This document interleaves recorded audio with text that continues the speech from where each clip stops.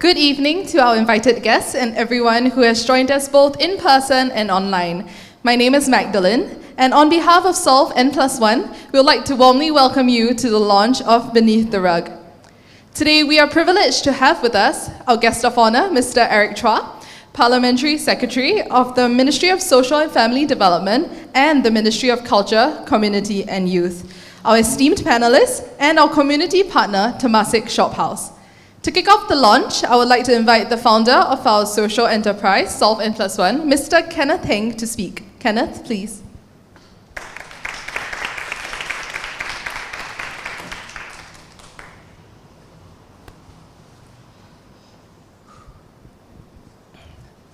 Good evening, guests, those who have joined us online and those who are here with us.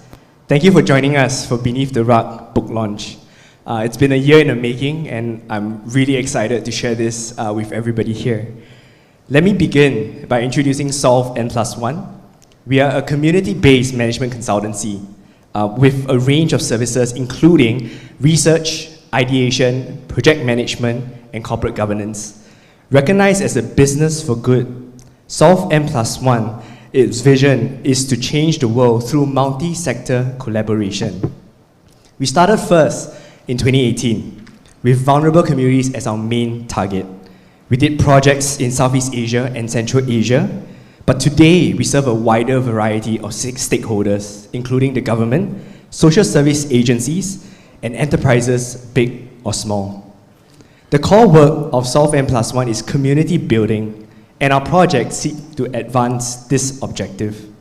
Beneath the Rug is a testament to this, even though it simply started from a conversation I had with a friend over a cup of coffee. In our conversation, as we reminisced and shared our experience, we realized that there were common sentiments between us. I shared the following reflection. In a nation where home ownership is among, if not the highest in the world, homelessness can be a foreign concept in Singapore. But this characterization barely scratches the surface. I once met a homeless man who was rough sleeping for a number of years as a result of an estrangement with his wife. The couple had not spoken to each other over 5 years, yet they shared a marital flat together, and they had no plans for divorce. Formally, this man was not homeless. However, he had no roof over his head. As a practitioner or volunteer, should we find ways and means to facilitate family reconciliation? Or, should we focus on finding him a shelter? This story illustrates 2 points. Firstly, there is an inherent tension between policy and practice. A family home can exist on paper, but in reality it's far more complex. Secondly, the work and the circumstance of many that we help are rarely straightforward, and the tensions we face in curating the best help to be provided may not be so easily understood by outsiders. Beneath the Rug is premised on addressing these 2 points. In a city like Singapore, we know today, it's a bustling city-state, internationally known for our economic performance and first world status. We have much to be proud of. Yet it is important to not lose sight of the fact that there remains an aspect of Singapore rarely seen and spotlighted. Unfortunately, many experience struggle and conflict in their everyday lives, whether as a recipient or giver. The book, as the name suggests, is an attempt to delve beneath the rug, to uncover these stories and bring them to wider audiences. Many of us also know that the social sector is overburdened. High demands resulting in burnout within the care sector has been a recurring theme we see on the news today, in the political arena as well. For instance, the Singapore Teachers Union saw a 10-fold increase in sign-ups for a mental wellness talk on depression and burnout this year. And a study led by Professor Sing Boon Keng from the Singapore University of Social Sciences found that more than half of frontline workers and social workers surveyed have mild to severe anxiety.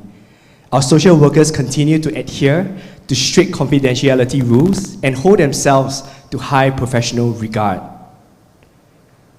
out of respect and to safeguard clients. Yet this could also mean that they struggle to share their professional challenges beyond the work setting.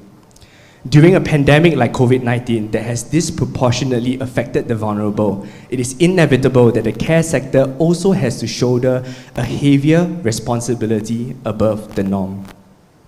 From what I have just described, it is easy to paint a bleak picture, which may cause some of us to feel disheartened. The magnitude of the work that the social care sector does can be difficult to imagine. Yet, the possibilities for innovation and co-creation are endless. These statistics show clearly that there is a need that we can address as Singaporeans. If so, how can we, as an individual, as a community, step forward? Some may be surprised by this, but Singaporeans are not averse to giving. According to an individual giving survey done by NVPC, they found that 9 out of 10 volunteers are eager and have a strong intention to give. 7 in 10 to volunteer. Clearly, this tells us that within our communities, there are many untapped potential that could be channeled towards alleviating some of these burdens that the social sector face.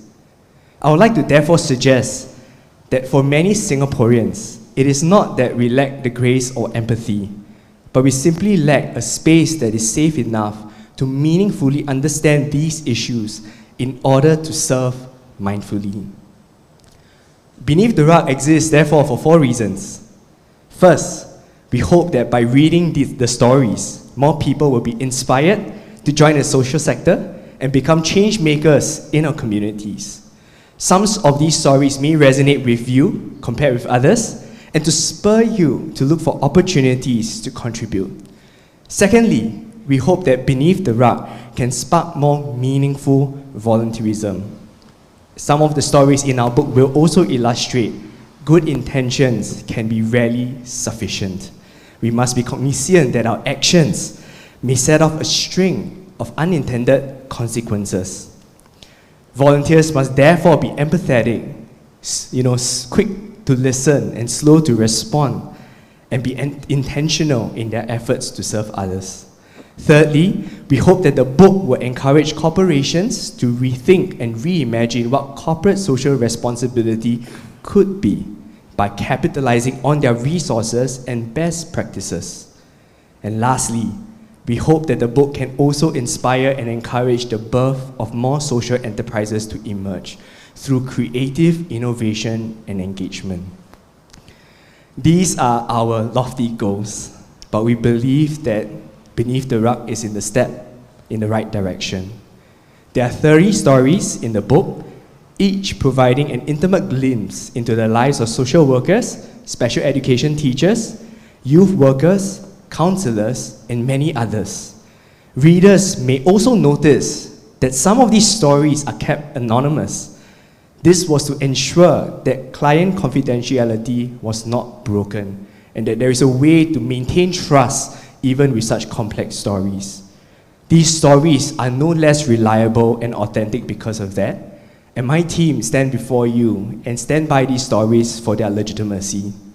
We have done the necessary due diligence with the relevant agencies and ministries to ensure that there's integrity in the work presented today. Whether through the contributors' words or the countless interviews they had with my team, they have shared their dreams, ambitions, and motivations. But they also have been honest and brave in ruminating on the physical and emotional toll that their work takes. These stories are windows to their innermost thoughts. So to the various contributors, I thank you for your bravery, your open-mindedness, and the willingness to journey alongside the readers and my team at Solve N+1, and helping us to ensure that the stories accurately reflect the landscape of social issues in Singapore. We are so honored to have Mr. Eric Chua, Parliamentary Secretary for the Ministry of Social and Family Development and the Ministry of Culture, Community and Youth, here with us as our guest of honor. He will be joining by other esteemed panelists represented here, Ms. Melissa Kwee from the National Volunteer and Philanthropy Center, Ms. Sophie Cheng from the Singapore Association of Social Workers, and Mr. Alister, a diversity and inclusion champion, to discuss the future of the social sectors and how the community can get involved.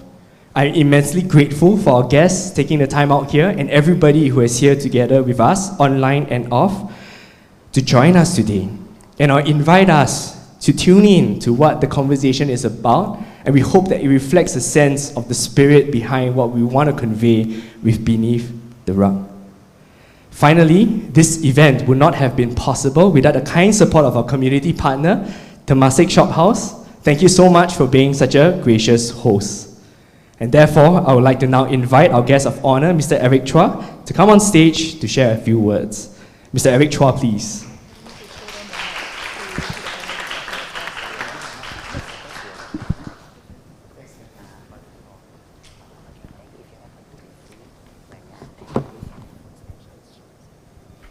Test.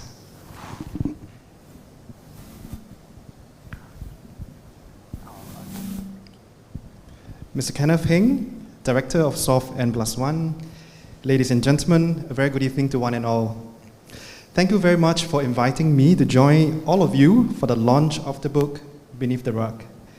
I would first like to congratulate SOF N+1 and all the authors who contributed to the book, who include social workers, social service users, policymakers, NGO leaders. The book is a collection of 30 stories that shed light on the experiences of those in the social sector. Now, I was very fortunate to have had my hands on the manuscript. So given the time that I had, so I stole some time to actually start reading on some of the stories. So I was, it reminded me a little bit of school days where we had to submit our book reviews. But a key difference was that I was very motivated to keep on reading. I was very inspired to keep on reading. The only limitations being the energy that I had for the day, and also the time that I had to spare for the day. And I think I was inspired because I learned about, for instance, authors who talk about going from vicious to virtuous cycles. I learned about how simple statements like, it could be 4 words like, I think you're intelligent, could make a world of difference to somebody's lives.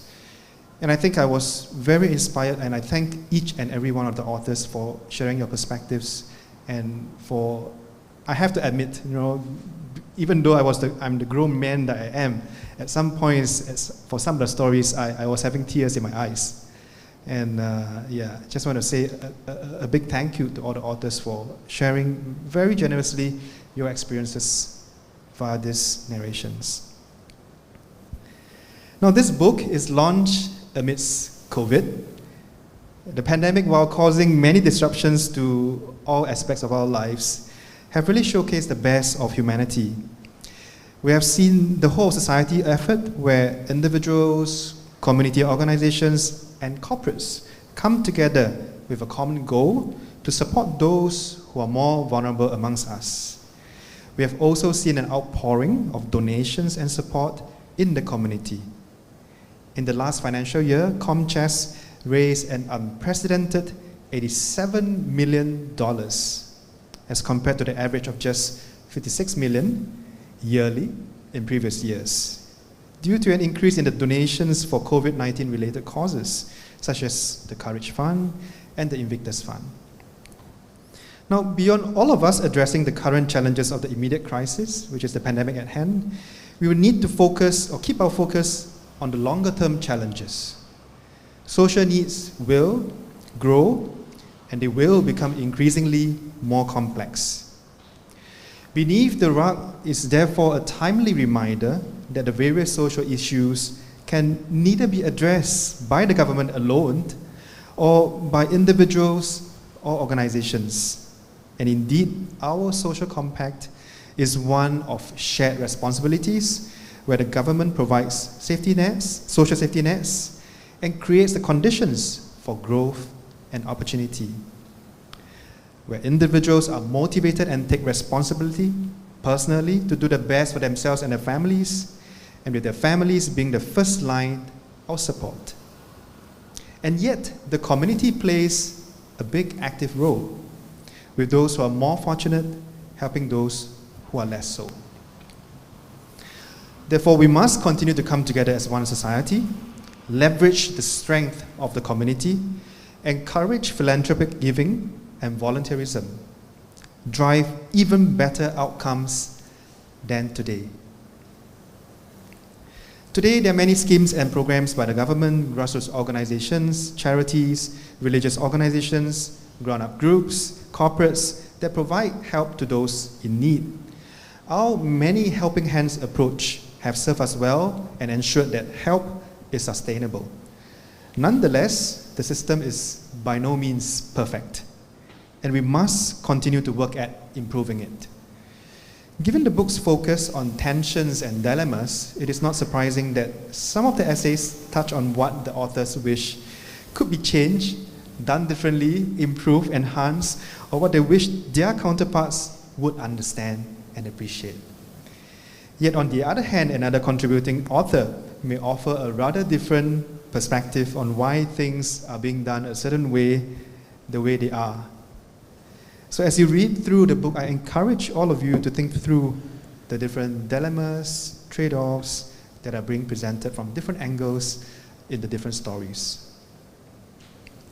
Now, I usually go off the cuff quite a bit. That gives a lot of stress to the colleagues from ministry who are accompanying me. But I will stick to that script, and I shall, because we have a panel discussion later, and I shall do most of the off the cuff over there. So once again, I would like to conclude by offering my congratulations to SOF N+1 and every single of the 30 authors who have contributed to the book. And my hope is that the book will inspire all of us, readers and all, to continually step forward and do our part to make Singapore a caring and inclusive society. So on that note, thank you very much.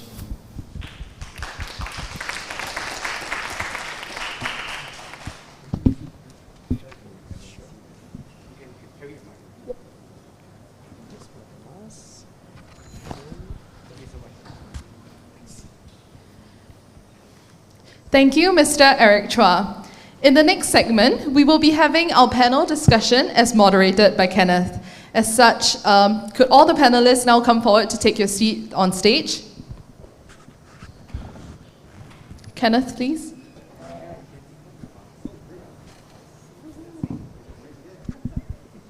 Yeah, thanks, Magdalene. As I mentioned earlier, this panel discussion aims to unpack many things that people may not know about the social sector, and really to showcase the spirit of what we are hoping to achieve with Beneath the Rug. Not necessarily about finding the right answers, but really holding space for each other and understanding like what each practitioner goes through. We have quite a huge diversity here. So we have, of course, Mr. Eric Chua representing the government. We have Ms. Melissa Kwee representing MVPC, and she does amazing work with corporate engagement and encouraging people to just volunteer. We have Ms. Sophie Cheng, who is a medical social worker by training, and she represents the Association of Social Work. Yeah. And of course, last but not least is Mr. Alister Ong. He is one of our contributors, and he has such an amazing story and an amazing spirit, behind the way he wants to give and he wants to serve.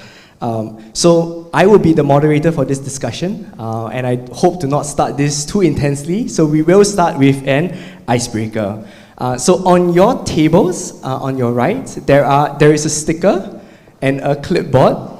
And I would like the panelists to share with us one significant moment in your life or during your time in the social sector. You can choose to draw an image, or you can choose to write a word. So you may take like a minute or so to just write something, and when you're ready, you can share. Yes. Then you can tell us a little bit more about that moment or that experience.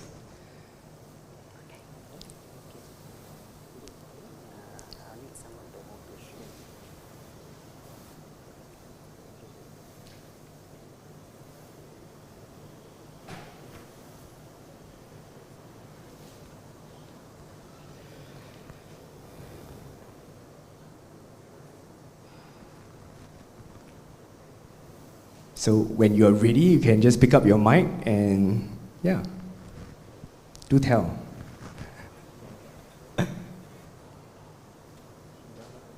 Sure. Okay, Mr. Alister. So hi everyone, Alister here. Thanks for really joining us in this online and on-site as well. The item that I've drawn here is actually a heart from what you can see. Yeah, it's been very long, many years since I last went for art class in school. So that's the best that we can have. But I really feel that it means a lot, a heart, even though as simple as the image might seem and might be. But the heart represents a lot. It represents the purpose and the meaning of why we do what we do. Being with a disability, growing up with cerebral palsy, is something that, because everyone that was alongside with me during my journey, my growing up days, they have the heart, they have the passion, they have the love to show care and concern to me with empathy, with compassion. And because of all this around, they have also impacted my own heart, and therefore I'm able to give and to serve others as well. And if I can ask all of us to just imagine, how will we draw a heart? You don't have to be a rocket scientist or famous artist, but you usually take a pen, a pencil, a writing instrument, you draw a heart this way, and you draw the other way, or even one way round. And it shows that everything connects together, and this heart, this purpose connects one another, whether it's left or right, it all goes one big round in terms of all connecting all of us, because we have the same passion, the same love for our society and our communities together. Thank you so much for sharing. That's so wonderful. What about, Miss Sophie? You can just speak into the mic. Yeah. Turn it off. Okay. Hi, I'm Sophie. I drew glasses here. Yeah, because I think one of the most significant time I had was when I lost the rose-tinted glasses as a social worker. It was the first time I got scolded by someone I was trying to help. Yeah, so that was a very meaningful time for me to kind of be awakened to learn how to be a bit more humble when I approach people, when I'm trying to help them. Yeah, so that's one. And also I drew the glasses because one of the stories in the book also talked about glasses, and I really connected with the story as well. Yeah, thank you. Thank you for that lovely sharing. Okay, there we go. Okay, so mine says 10 a.m. Is 10 a.m. on a Saturday morning specifically early or late? It depends. You all do that? Okay, well I thought it was late. Okay, I thought it was late. And my story about 10 a.m. Comes from when I was mentoring, early days in being a mentor, and setting up a time to see somebody, on the weekend. And I thought, okay, Saturday, 10 a.m., you'll probably have enough time. And then I was there, 10 a.m., 10:30, 10:45, 11 o'clock. I'm like, okay, I really had it. I am like ready to go. And I was thinking, this is so rude. I'm taking my time out on Saturday morning to hang out, and I'm just all this indignant about all of this, right? Until I got the call afterwards. I'm so sorry, Melissa. I'm like, and what I had realized was that, my mentee actually works 2 jobs. And the first job ends at around 5, and it starts, a little later, around 7, and it doesn't really finish until 4, 5. And how do you get back home?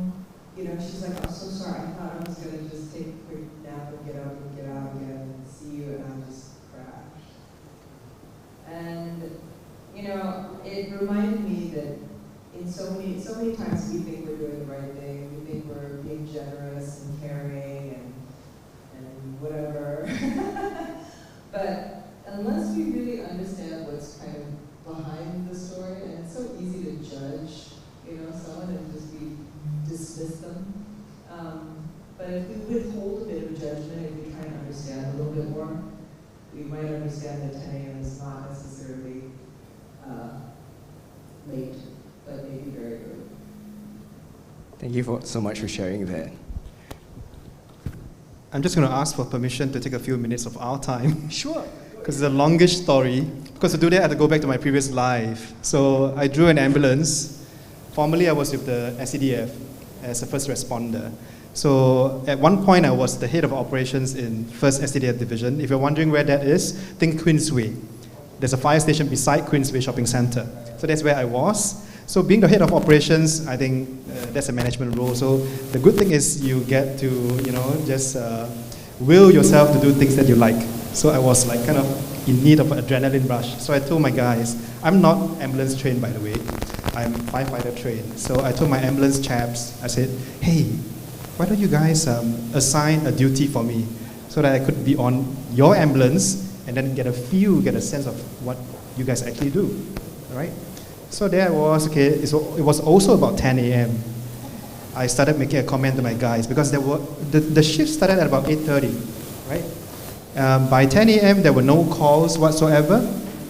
So I told my guys, the paramedic crew, hey, you guys are having it good. 1.5 hours, nothing to do. They said, hey, sir, don't jinx it, no? The moment I said that, a call came. So we went out. I remember it was, I think, somewhere in Red Hill, right? We went, it was a simple case, it was a medical case, so quickly we resolved it, and then we went back to base. Back in the ambulance, I made the same comment again. Hey, this is too simple. You guys are having it really good. I didn't even sweat one trickle, no? And he said, sir, please don't. And then next moment, before I know it, the radio was calling Alpha 121, proceed for a case of cardiac arrest. It was like, cardiac arrest is to the ambulance crew like, the case to go for because it's intense, right? We went, it was a rental flat. We arrived, we took the lift up. I remember it was about, I think the 5th floor. It was right at the corner unit when we were in the house, the right unit.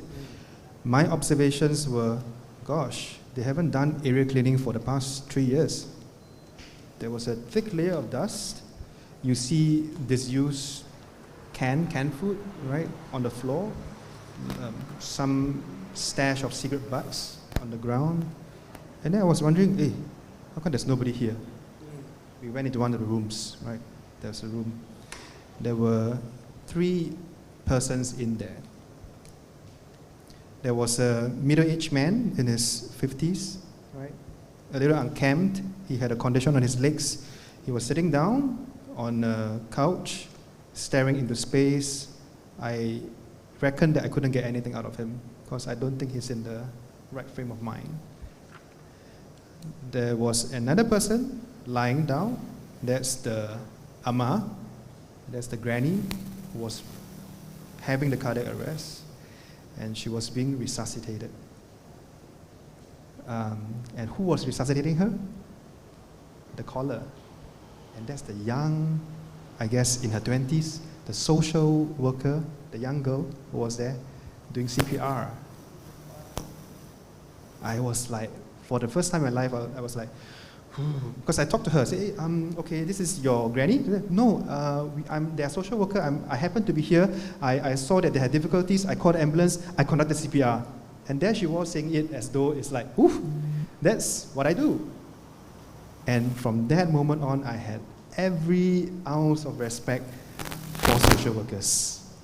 That changed my perspective for social workers. But that's not all, because we then took over. We did, mechanical ventilation, which means CPR, and we did resuscitation along the way, all throughout the few minutes of, in the journey to the hospital in SGH. It felt like eternity anyway. We couldn't get her pulse to come back, right? At the hospital, we wheeled her into the OT, operating theater. Doctors somehow could find the right entry point, injected adrenaline. A few minutes later, pulse came back.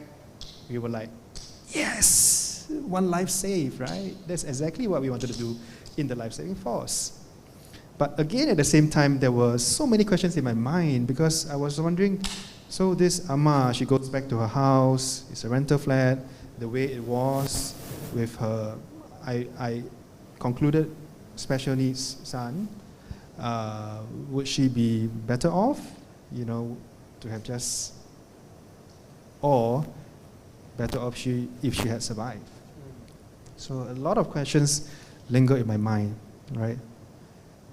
So two key things that, I'm sorry, this is taking so long. No. Yeah. Two key things for me is that, I mean, full of admiration for social workers thereafter. So kudos, right? Salute to all of you.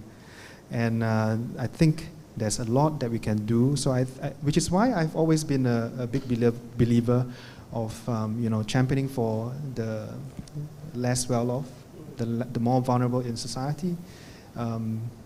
And I think those are my two biggest takeaways. Frankly, I must say that I didn't quite dare to follow up after that case with the family, as my paramedic was suggesting, sir, would you like to just find out how the granny did? I was thinking, okay lah. At that point in time, I didn't have the courage to do so. Right, but I wish I had done more, though, thinking back now. Right.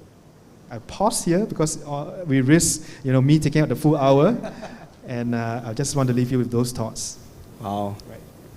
Thank you so much for sharing that. I do feel like, I think your story alone kind of reveals all these different tensions that are present, the questions that people wrestle with. I can see Sophie just nodding away, relating so much to it. Before we carry on, actually, could you just pass your little drawing over to Emma? So I think I have Emma just coming over to take it from you. But I want to sort of, follow on that particular note. Like, were there moments in your own journey that you felt like you weren't really prepared for? And what was that like, and how do you navigate it?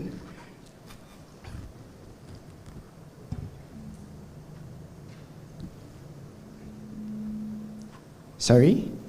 Oh, sorry, I thought I was... No, so I'm just following up on Mr. Eric's question, his story, and I wanted to just find out from the rest, were there moments in your journey when you were in the social sector or representing them that you felt kind of unprepared for?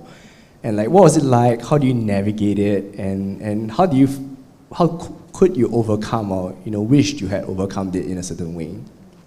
I think I can share. Okay, Alister. So we will give all of us time to take it on our own. But I think I can share the perspective of someone being in the social service sector as a client and as a person with disability. For myself, I grew up with cerebral palsy, using this wheelchair now.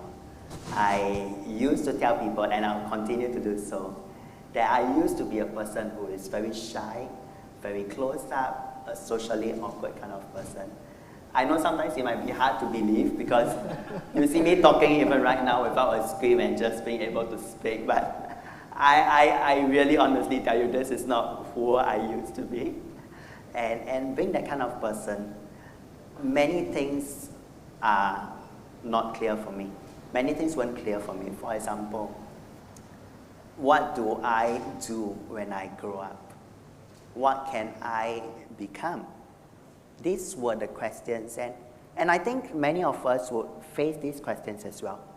With or without disability, whether we are in various communities and societies, all of us would, time to time again, have these kind of questions in my mind, and that was me. So imagine me, myself, someone me seeing other people, and I felt that I'm different from everybody else. When I go to school, for example, and there's nothing wrong with all this. It's just sometimes just the way things are, and that's okay. But for example, when I was in school, and there was PE time, physical education, or during recess time where my friends would actually go to play in the field after that, oh yeah, let's have fun, let's play catching and all, and I'll just be there. No, of course, thankfully there's shade and all. People say, wow, so nice, you don't have to be in the hot sun. I say, yeah, that's not bad too. But at the same time, me just being there for half an hour, for 1 hour, and that kind of make me wonder as well. Why is there a gap? Why is there a distance in terms of being able to socially mix with my friends? And that made me come to like my own little puny brain conclusion that, oh, maybe because I'm different, that's why. And therefore, growing up, I didn't like being different. I wanted to be the same as everybody else. And I thought that that would be the solution. Because if I'm not different, then I can be like everybody else. I'm the same. And if I'm the same means that I can have fun, I can have friends, I can go around to play. I thought that would be the solution for myself. And so then I was thinking, but how to be the same? And that was the point where I was thinking, then what can I do with my life? Is there a hope? Is there a future for me? Thank you so much for sharing, Alister. I think that was a really vulnerable moment. I remember that we had that conversation before, and I don't know whether you want to share, like, what is it that you do now, you know? Sure. So I'll be happy to share that I'm a diversity and inclusion champion. As you're asking me the question, I'm thinking, so what should I share about what I'm doing? I'll just share that I'm a diversity and inclusion champion. I've been speaking regionally to countries such as Australia, Indonesia, Philippines. I remember that shy person that I once told you that I was about, but the largest group of audience I've spoken to was about 7,500 of them in Indonesia, and I'm thankful for these opportunities. Recently, I've been speaking into different companies as well to encourage organizations on how can we continue to build an inclusive culture wherever we go. Yes, and so that's what I'm doing. And of course, a working professional as well, working in a multinational tech corporation. And such a gem to that multinational tech corporation. Thank you for sharing. Actually, I would love to hear from Miss Sophie. Like, what was there a moment in your journey that you felt kind of unprepared for, and that kind of stood out to you? And how did you overcome, or wish you had overcome, that moment? I think the moments still happen, even though I'm in the sector for a much longer time now. I believe that when we feel the helplessness of people, as we try to help them, through their situations, as we try to empathize, oftentimes we will definitely feel the same sense of helplessness, and that is something I feel every day when I try to interact with the patients and clients that I try to help. I think sometimes we look back and we think that, well, the education should have been better, right?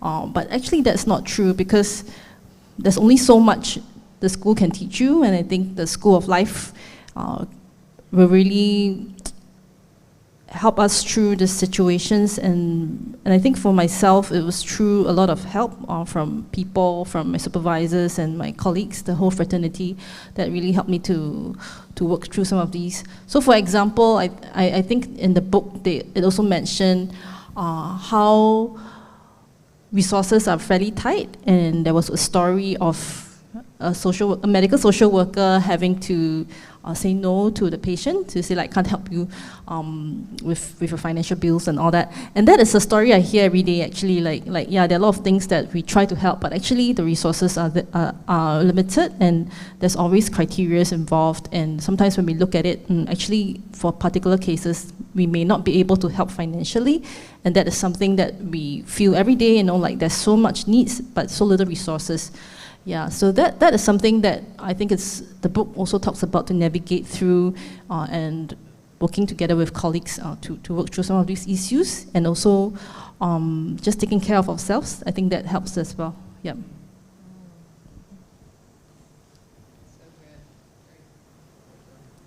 I think they will unmute. Is it on? Oh, okay, amazing. Really hate technology. Anyway. So, feeling helpless and hopeless and all that kind of stuff. Actually, it just reminded me, last last week I was telling the team too that, you know, COVID has just wrought such a huge toll, I think, on all of us personally, collectively as a society. And I think when I look around me now, I sort of see three groups of people. I see the angry people, I see the hopeless people, and I see the cynical people. And I was telling the team, actually, we really got to love those angry people. Because the hopeless people, you know, I mean, okay, we need to revive them at some point, you know, kind of thing. But the cynical people, those are poisonous, you know, because they're just making things so much worse for everybody else. But the angry people, you know what, they still care. Actually, you know, they really do still care.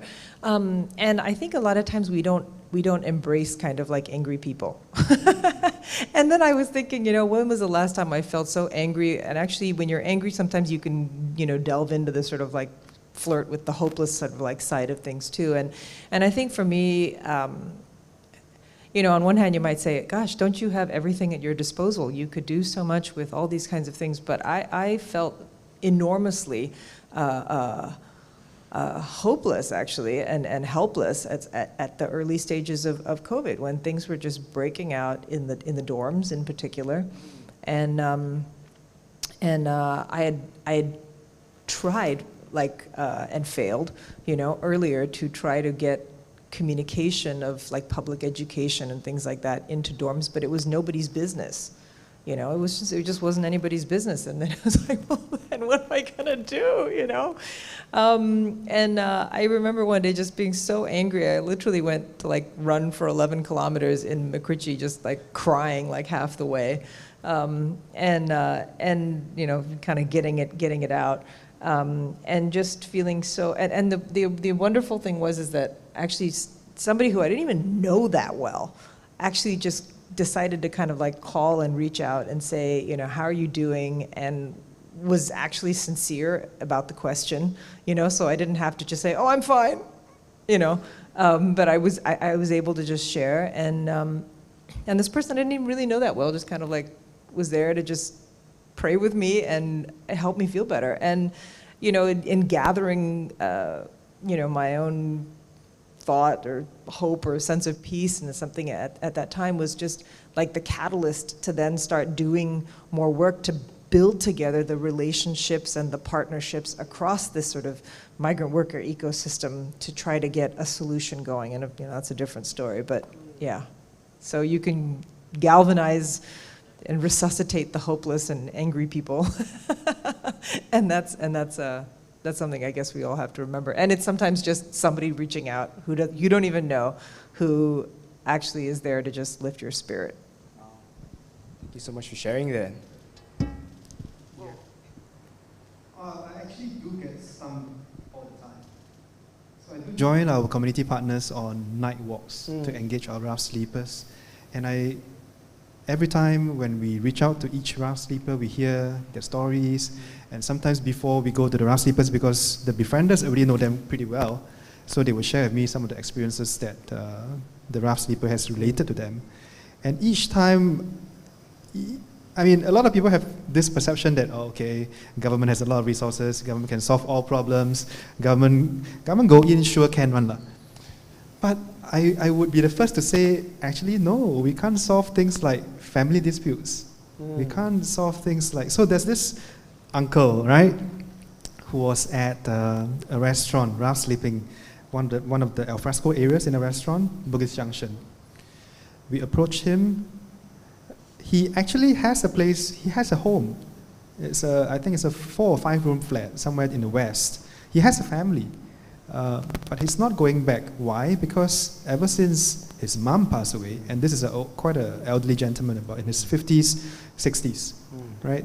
Ever since his mom passed away a few years ago, he's had squabbles with his elder sister. He got kicked out unceremoniously. So how does government solve that?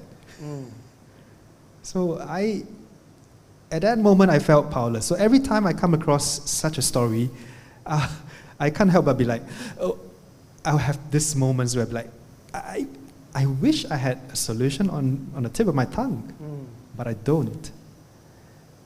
And then you let good sense come back, and then you thought, okay, uncle, do you have this? Do you have that? Do you get SSO support?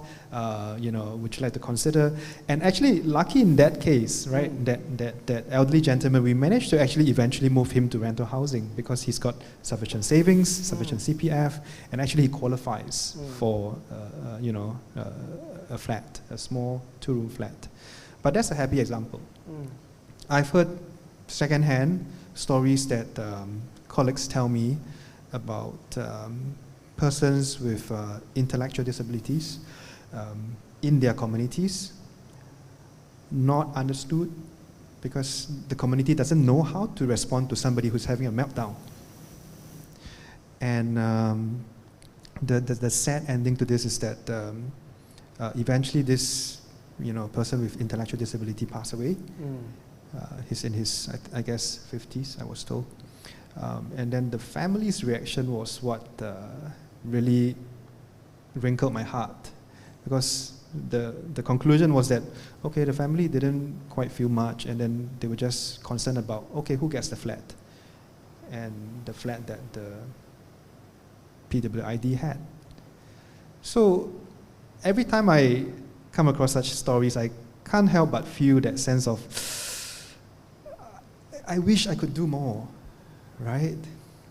And because I go on walks with our partners for rough sleepers, for persons who are collecting cardboards on the streets, tissue paper sellers, actually it's become a bit of an occupational hazard, because every time I go to the hawker center, I see somebody selling tissue, I'll be so tempted to just go up and say, hi, can I know a little bit more about the story?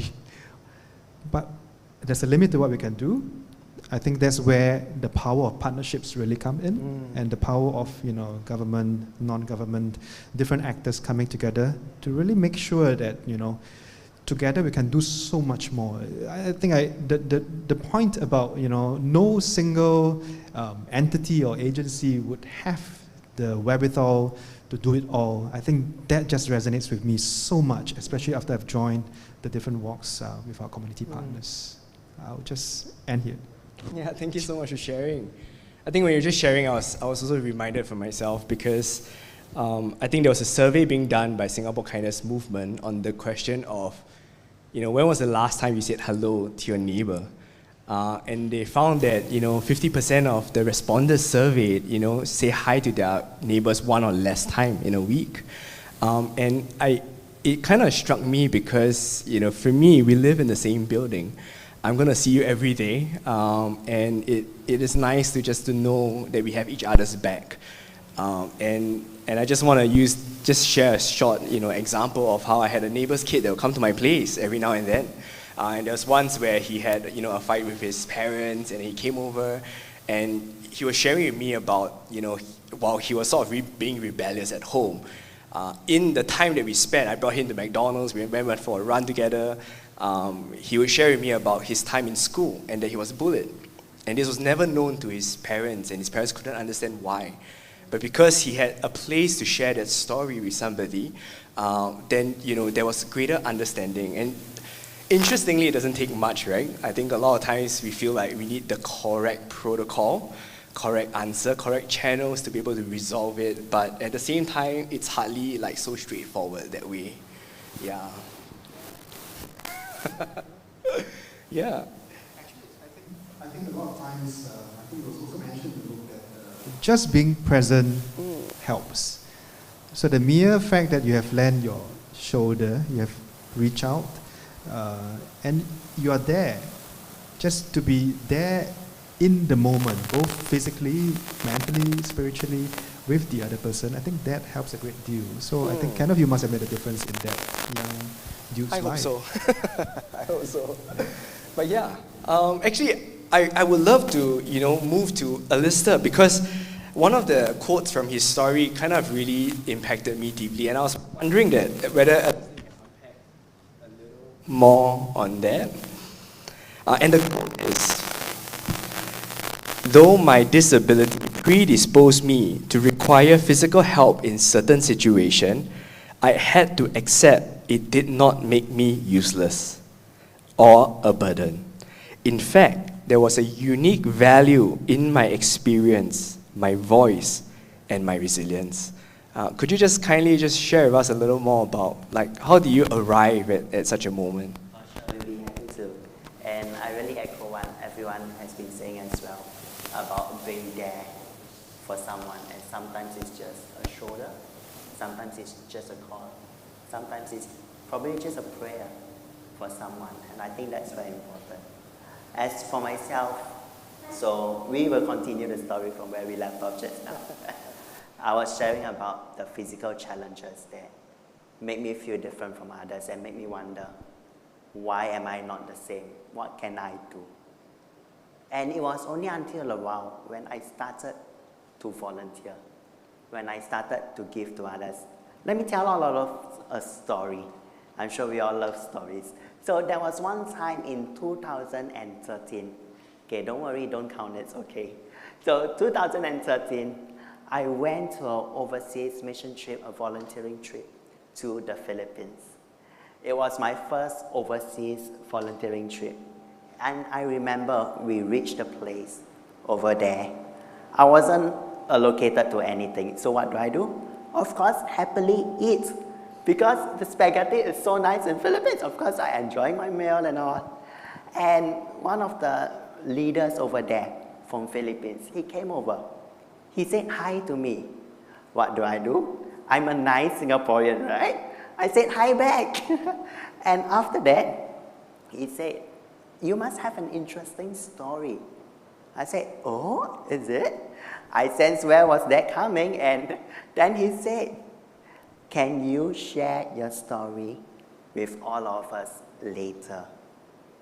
And inside my heart, I was like, let me just eat my spaghetti and say no to you. But then, of course, I was thinking but I'm here already. I can't even take a plane back to Singapore, right? I mean, even if I want to move, I can't. And so then I just said, yes, I will. And I realized that I just had to be willing. I just had to be available. And so I shared. I was thinking, what can I share? What can I share? What can I share? Because in my head, it's there are so many things I cannot do. But I went in front. I went to share with an audience in the Philippines. And after that, I was like, hey, over already, in our Singlish terms. Thankfully, it's over. And then at the end, many of them, they said that they were blessed. They shared that they were blessed because of how, despite the challenges, despite the disabilities, I managed to still overcome and have the heart to give as well. And that's when I thought to myself that yes, physical disability is one thing, but that doesn't mean that I can't lend my shoulder. That doesn't mean I can't lend a listening ear. That doesn't mean I can't go for walks with people. I can't walk, but I can use this chair. I can roll along with you. I can zoom along with you. There are still things that I can do with my life to be a blessing to others. And so, of course, from that moment onwards, I told myself that maybe, just maybe, one of my life purpose that I want to do is to use my story as an encouragement to many other people. And I think that's what we are all here for as well. Yes, there might be, we can't talk about the 3 Ps, the people, the private, the public sector. But what if all of us come together to rise up to the occasion, to play our role, to play our part? The little that we have, we offer, we give, one step at a time, and we will see the change that we want to have. Thank you so much for sharing that. I just want to point out that I really love the diversity in this sharing. Everybody had such salient points, of perspective that you present into the table.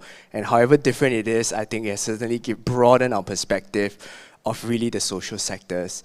I just want to lead, into like COVID-19 has tremendously changed the way we do social services and social work. And I think a lot of people, I think in my speech I mentioned that there's going to be increasing strain because there's a heavier responsibility that we have to carry and a lot of tensions that comes with that. So one example was how social workers, because they are bound by confidentiality, often have to bear, the burden by themselves. Sophie, I'm going to lead to you now. And I wonder, what do you wish, Sophie, what kind of support do you wish, if you could represent social workers, that the community could come alongside with you? Because I think you guys have been invisible along with many other, practitioners. But we'd love to hear your thoughts on that. A really loaded question. Yeah, but thanks for the question and for the platform to advocate for anything I want. Yeah. So first, I think I really resonate with that question, and I think I was actually very concerned reading some of the stories. I think you can feel the angst of some of the writers. I think a lot of social workers, and if we on Instagram, we can see a lot of angry memes. Social workers quite angry, but angry people are good, right? Yeah. I love our angst. So I think there's a lot of angst, there's a lot of tiredness in this COVID-19, and I think what Pumsek shared just now, thank you for the very encouraging story. I mean, I catch it for the social worker who's not here now, I guess. Yeah, but I really appreciate that recognition. I think beyond recognition, and of course, I think NCSS has increased our pay a little bit here and there. Things like that are, of course, like hygiene factors for work. And I think there are a lot of other people who are very keen to advocate for us as well, very thankful. Some of the other ministers, I believe they try to know about our workload, things like that. I think these are very, very good factors. But I think what the man in the street can do, I believe today or yesterday there was an article about pharmacists or something saying when people very nasty to them, it makes their job very hard. Similarly for social workers, I think sometimes because we have to say no, sometimes people are very fierce to us, and some of us have very small guts, but I mean mine not so small. I mean, right, my skin is very thick by now, but a lot of young social workers, I think they need a lot of care and concern from the public as well. I think if you have a friend who's a social worker, definitely reach out, and sometimes social worker, then people will tend to say, but you are here to listen, ma, then they just outpour the stories, but not always. I think sometimes we need our space as well. So yeah, I think different systemic help, I think personally, and I think from the state and all that, I think it really helps a lot of people. And but I think there is a deeper part to the question. I think also coming alongside us with your ideas, your energy, your resources to work together towards a better world. I mean, it's so cliche to say that, but really, I believe coming together will really help us, be energized. Sometimes we have our social work frame and it's not the perfect frame. Sometimes hearing from someone else is great. If you have great ideas, just come alongside us. I believe like SASW has a homeless network, which I think both of you are involved as well. And to really solve the homeless issue, it takes a really multi-pronged approach. It's not just social workers doing this or the MSF doing that. It doesn't. It's good, but it's not what it is. We need more, and I think the book talks a lot about that. It takes a village. So come alongside us with your ideas, energies, whatever you are. You may think that you are just a tech person, you are very useless, but there's this app, they're doing this SG Schemes app. I think it's very good for us. They help us to map out some of the services and have some algorithms. So whatever you have, maybe you are very good in finance and maybe we are not so good at it. And who knows? Whatever you're good at, just come with us, come alongside us to work together. Yeah. I feel like COVID was such a gift in so many ways too, to tell us what was wrong, to tell us where we were also part of the problem. But obviously to give us an opportunity to also be part of the solution, to tell us what to stop doing, You know, so for example, if I'm like, oh, Alister, oh, poor thing, he must need my help. You know, I mean, then I've just disabled him like again, for example, you know, by having that mindset that actually I have something more than he does, you know, and then that creates the sort of power distance and the sort of relationship that cannot really form in that sense. But if I go to Alister and I say, wow, you have such an amazing story, and like, God, I love your smile, and like, thank you for lighting up the room, you know? I mean, it's just, it's actually calling out what is the asset, what is the strength actually in the other person too, which I think is so key. I just feel like we have to take this opportunity now to really like pause and slay the sacred cows, you know, and basically say, look, what are the things that we're doing right now? Maybe unintentionally. Most of the time it's unintentional. Nobody tries to go out there to make things difficult or painful for somebody else, right? But it's true, it happens. So if we open up the opportunity now, I think, to just listen to other people, you know, what are those problems? What are the things that just are super stuck? And instead of thinking about what do I do, think about what I stop doing, you know? And sometimes that's the invitation to actually reimagine that better world, you know, that we're talking about too. Could you give us an example of a sacred cow that we could consider slaying? Gosh, I mean, I think one of the big ones is really this is actually a belief that, you know, when you do things, you should take the credit. Actually, egotism, you know, that's why we say, we talk about ecosystems coming together, right? Actually, we don't have ecosystems, we have ecosystems, you know? And what we need is we need to like, get rid of all that stuff and say, even if I don't get anything out of this, you know, can it still be of benefit, you know, to you? And actually just moving beyond that whole what's in it for me, you know, kind of thinking, I think is just so fundamental to just all of the different resets that we need to have. Thank you so much for sharing that. Mr. Eric, do you have anything you'd like to add? I think I just want to echo, you know, Alister as well as Sophie and Melissa in saying, well, before I say what I want to say, but I just want to shout out to all social workers out there. Where's the camera? This one or this one? Please practice self-care, right? I know the workload has tremendously increased, especially during COVID. And it's so important for us to practice self-care. If it's just to take an hour out, half an hour out, just to make sure that you don't think about the cases that you have on hand, do deep breathing, go for a run, do yoga, whatever it takes. Enjoy Hokkien Mee, whatever it is, right? Anything that floats your boat. Stay afloat and have your life vest on before you can help the next person beside you. We hear that on the planes all the time, and that's really something we should practice in real life as well. And I think I agree with Melissa totally that, you know, COVID has really allowed us to reframe life in general. And I do hope that we can take this opportunity to also reset some of the frames of reference that we have in our minds as well, right? How we look at social workers, how we look at our youth at risk. Jaden contributed a great story in the book. All right, I think the biggest prison that we still have is the prison in the mind, that we think certain stereotypes will be the way they are in society. So youth at risk, youth offenders, they will be forever a burden on society. ITE is the end. Person with disability does not equate ability. That's totally wrong. It's differently able. It's not exactly disability, right?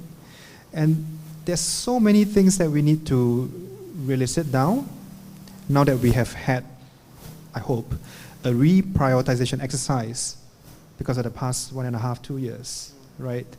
And really sit down and think about what is it that we as fellow human beings on the surface of this earth, having this human experience, what is it that we can do for the betterment of each other? And sometimes it's as simple as saying, hi, how are you? Of course, mean it when you say it. And sometimes that's all it takes to start a conversation and to start being human all over again. I'm not sure if that makes sense, so yeah. Absolutely. Thank you so much for sharing.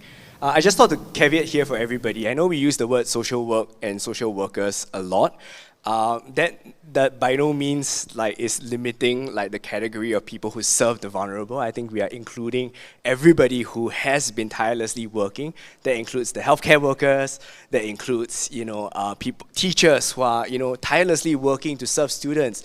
In the midst of COVID, where there's just so much strain in the process. And I just want to acknowledge that when we say social work and social worker, it's not just purely for a specific demographic, but we're trying to include more, and I think that's really the heart of why we have begun this particular endeavor. Yeah.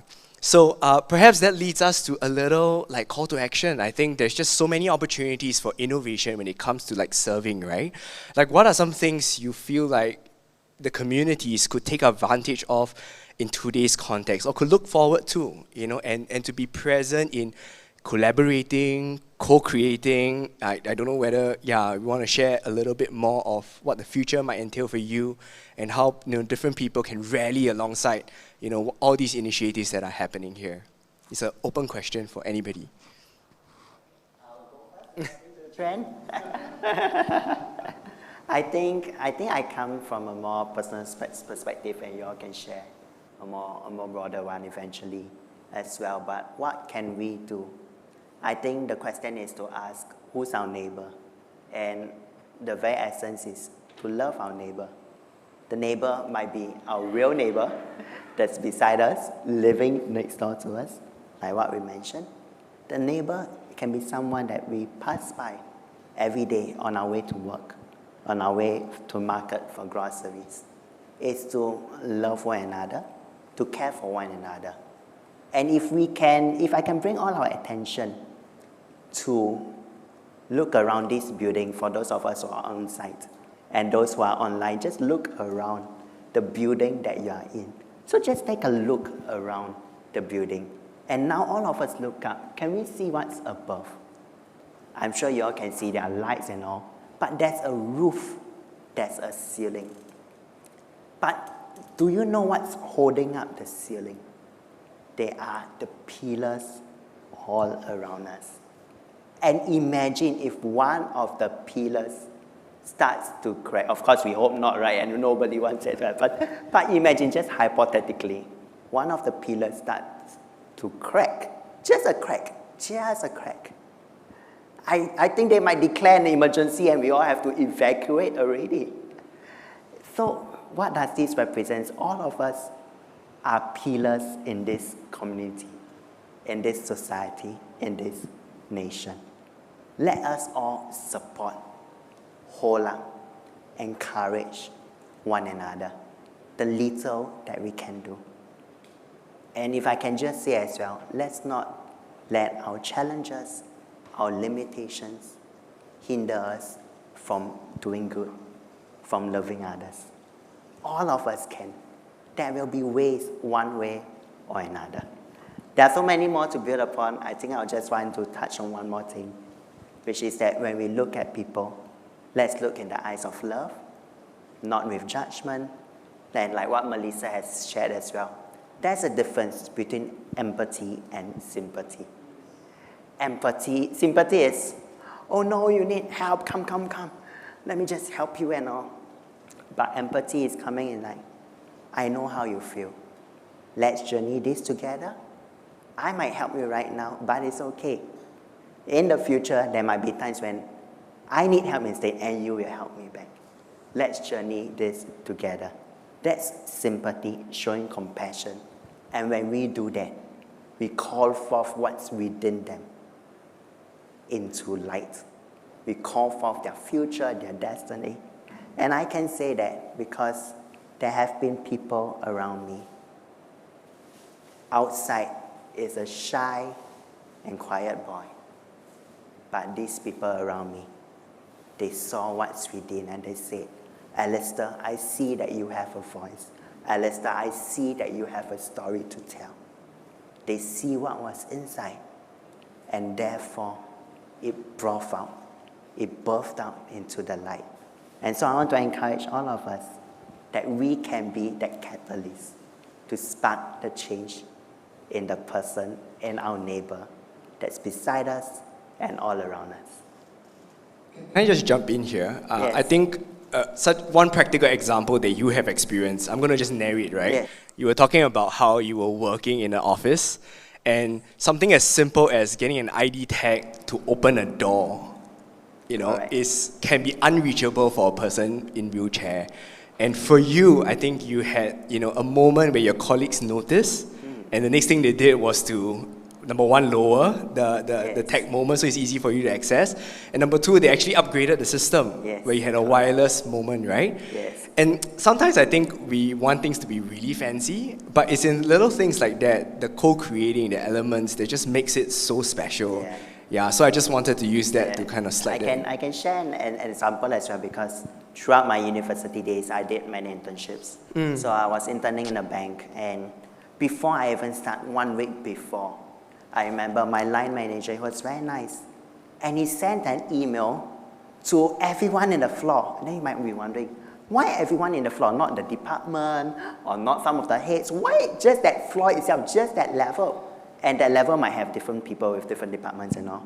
He sent a very nice email, and he said, please remember to clear all your boxes at the side of your cubicle that's along the aisles, because we have someone in a wheelchair that's going to intern with us. And I thought that was a very nice gesture. We don't wait until the day itself. Oh no, we realize, oh no, okay, sorry, let me clear the boxes away for you. Come, another box and things like that. But there's so much thought into it. Even a simple thing as just an email, I think it really shows a lot of difference as well. Many more stories, but I'll just leave it here for this moment. Thank you so much for sharing. Anyone else? Thanks for sharing. I think I really feel very touched. And I read your story also in the book, yeah. And I believe that, comes to my point, I believe that we should just be our best selves. I think we don't have all have to be social policy makers or social workers. Yeah, he's shaking his head like, no, don't do that. Yeah, of course, if you have a calling and you're good at doing social policy and doing social work, of course, come join the sector. But if you are better at other things, just be a really good manager, hire people who may be different, and I think that will really help. Every little bit counts. Yeah, so that's my input. Just be the best you. So beautiful. Maybe I'll take it in a different direction. What is it that we can do? Gosh, actually, I think for us, that's our mission, at MVPC, right? Is like, for us, City of Good is where people, leaders, and organizations come together to give their best, not their scraps, no half-ass effort, but their best, for others, not just themselves, right? And for us, it's really just to say, look, actually, there's so many different causes and things that are out there. I mean, Giving.sg has over 600 of the 600 different causes that are on there. Find something that floats your boat.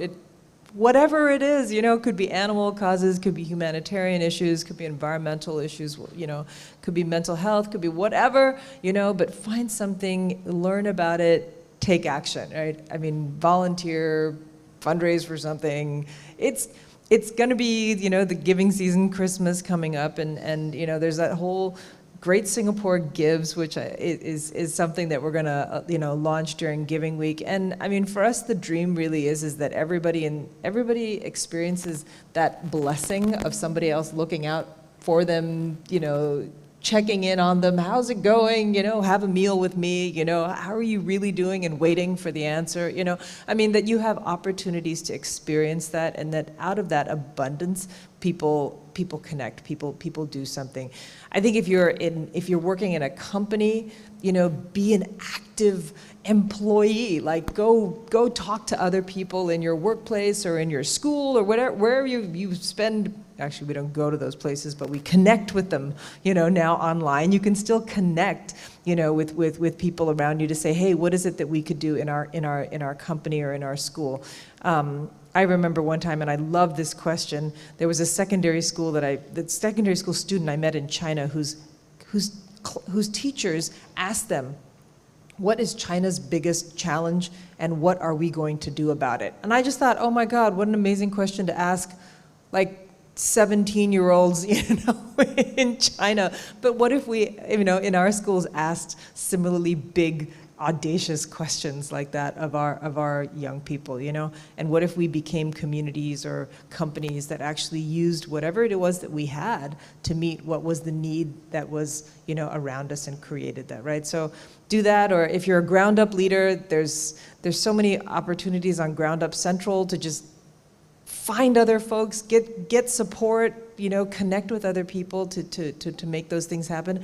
I feel like there's endless opportunities, and perhaps what we just need to do is stop, you know, pause, be nice to one another, be nice to ourselves, you know, and then actually like lean into some of these things.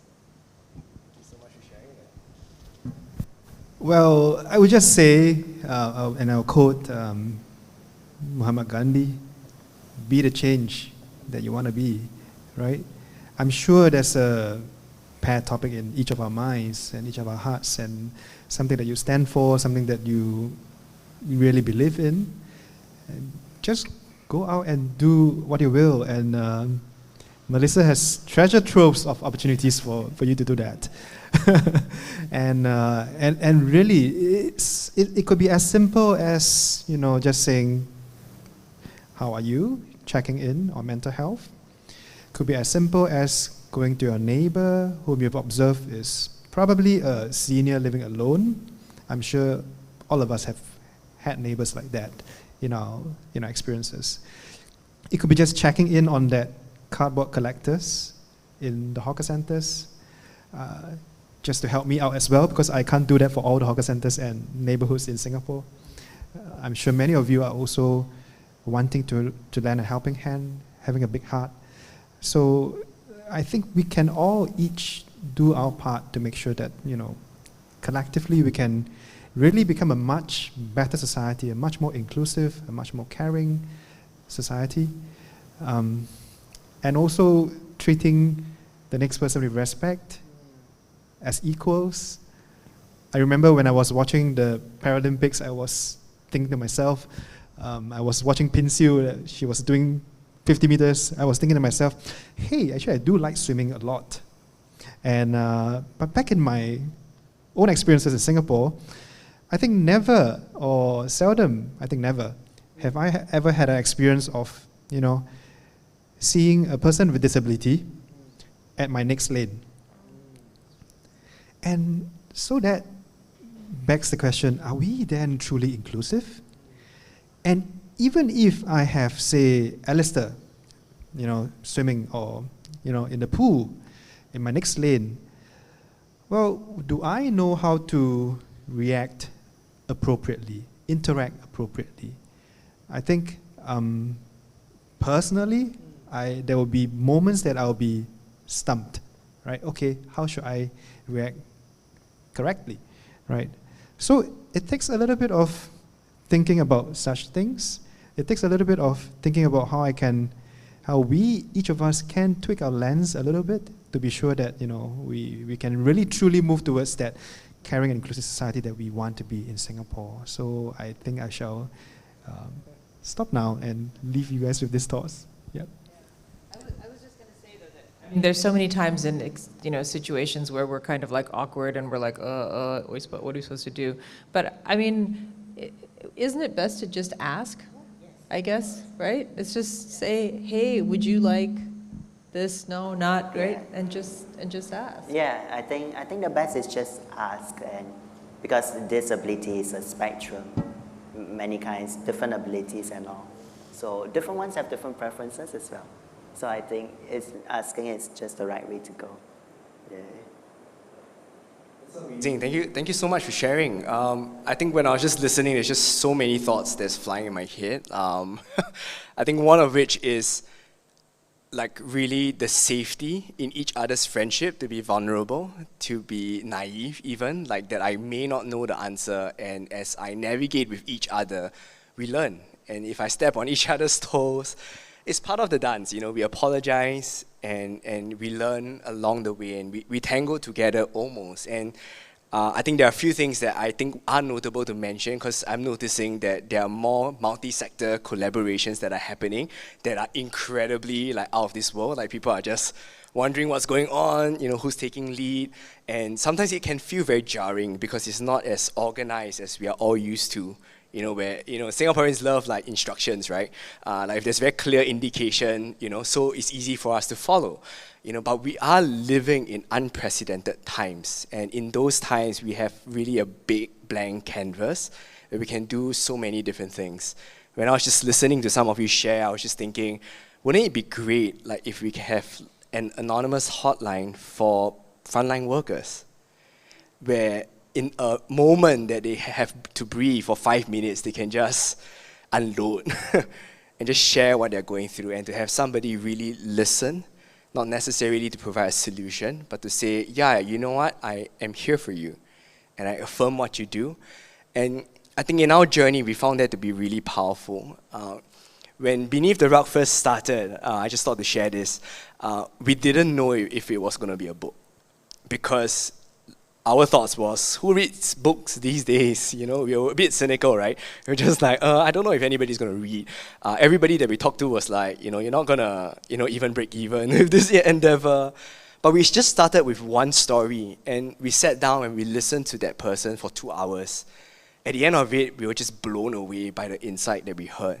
And then the next person came along and said, you need to hear this other person's story. And then the next, we had a total of 37, that came forward to share their journey with us. And they had all such different perspective.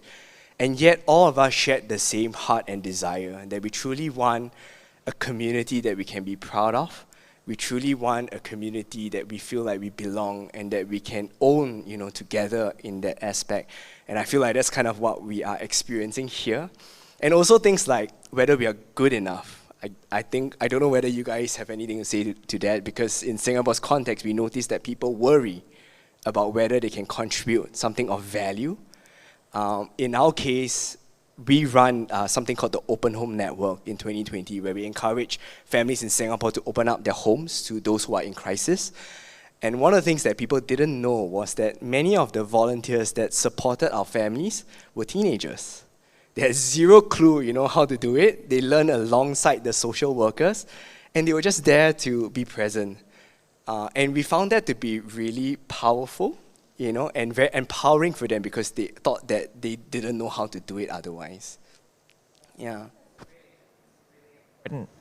Message to tell each other, to tell ourselves that we are already enough. I think so many times it's like the thought is, this is not enough. And we're always told there's not enough. There's not enough money, space not enough, time not enough, money not enough, everything not enough, right? But it's like, why don't we just stop that? And why don't we just say, you are already enough, right? And lean in as if it was so, right? I remember my pastor used to say, sometimes you just fake it till you make it. You just keep going. And yeah, don't give up, right? But yeah, call out the gold in one another, I think, as Alister, mentioned, and that's where you start. And perhaps also to be a bit less deficit focused. Actually, we all have virtues and strengths that we, probably know of, but do not want to recognize. Yeah, shy. There's no need to be shy. If we don't know, we ask, right? If we know, if we know we can bring something to the table, just contribute. And I think we don't have to be too shy about our strengths, right? Alister? Yeah, just want to say, I think instead of asking the question like, what do I still need to do so that I can be enough? No, we are not good enough and things like that. I understand because I probably went through quite a bit of those as well.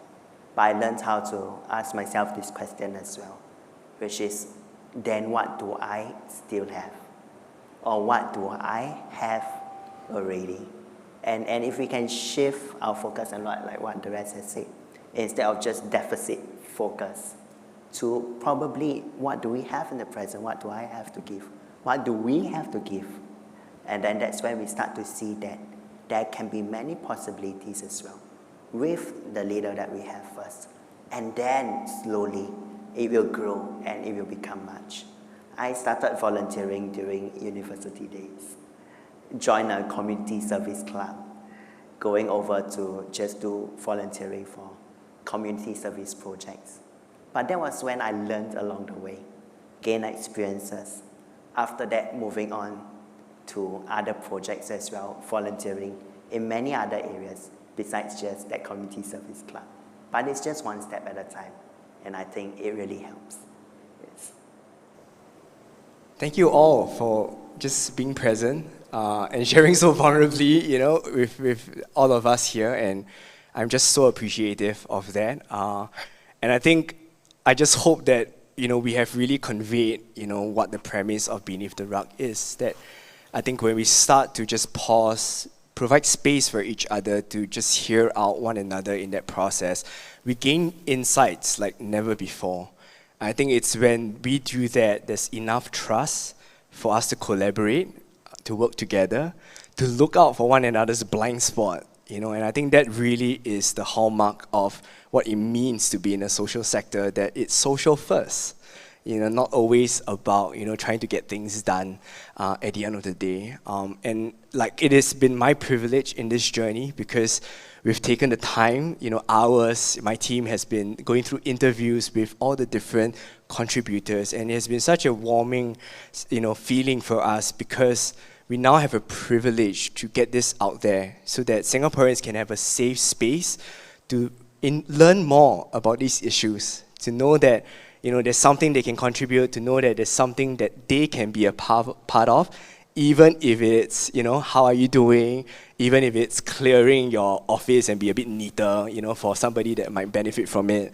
And of course, I think there's just so much to celebrate, like the work that NVBC is doing in trying to encourage people to give. We'll post that, as well, so that we'll encourage more to collaborate alongside with us, and really for just an openness to talk with each other and to work with each other. So at Solve, we actually have quite an open door rule. I usually tell anybody that walks through our door, as much as we can, as long as we survive. If you have an idea that you want to do, but you don't know how, or you feel afraid or worried, come to us, sound it off. If it's something that we can help, be a part of and drive it, you'll be more than happy to. And that's kind of how Solve has have always had that privilege of doing and being present. And I think we can truly just have something that we are proud of.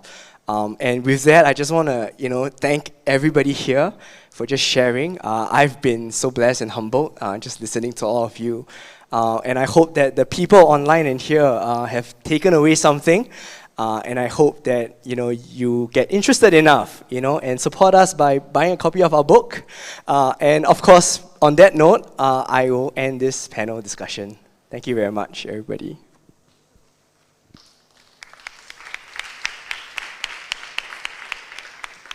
So thanks, Kenneth, and thank you to all the panelists for the very insightful discussion. I think to build off, to respond to Kenneth's calling out at the end, actually, I think as a listener, it was a very rich and insightful conversation, and I myself have learned many lessons and some even little tips about how to conduct myself in my everyday persona and how I could be more sensitive. So I'm happy to say that we've come to the highlight of the night, which is the official launch of Beneath the Rug. So I would like to invite Mr. Eric Chua forward to unveil the book together with Kenneth. I would also like to invite our esteemed panelists to join us. So I believe I have my colleagues here who will help direct you to your socially distanced spot.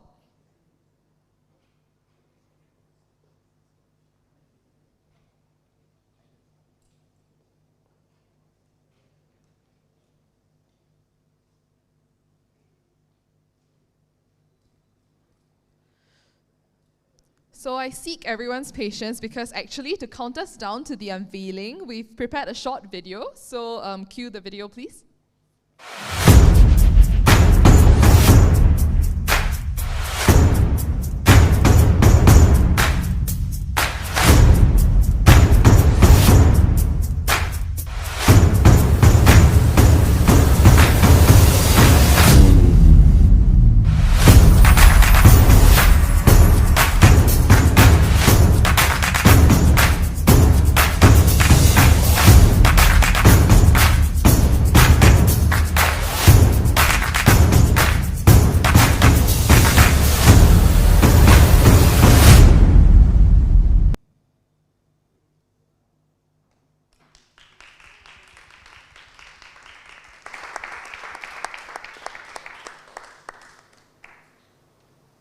So if I could also invite our guest of honor and Kenneth to look to our dear photographers for photos, and our panelists as well.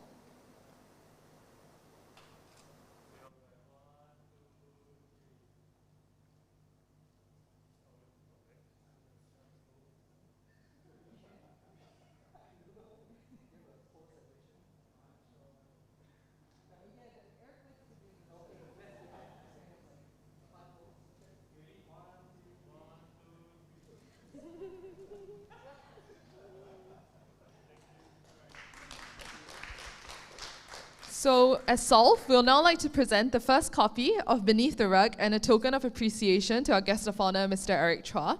So, it is a framed copy of the Beneath the Rug's book cover, along with what you drew earlier during the first portion of the panel. Yep.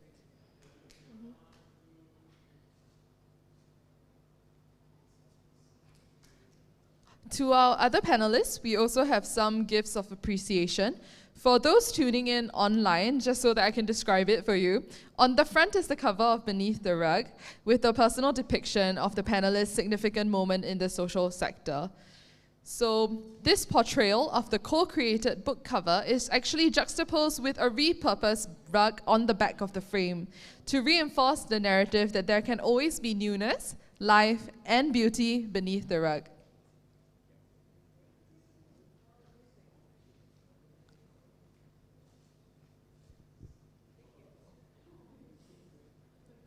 So if I could also invite everybody to look to the camera after this is done for a group photo as well, holding your gifts of appreciation.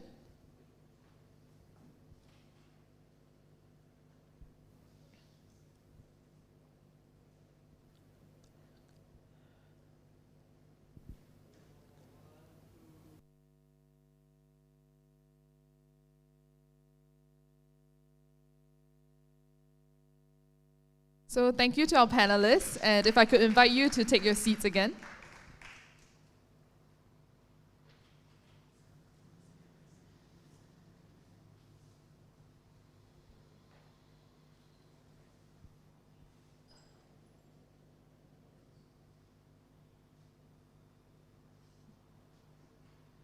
So it now falls to me to close the event, so I think I extend Solve's greatest gratitude towards our panelists and to everybody who's joining us today for the launch of Beneath the Rug.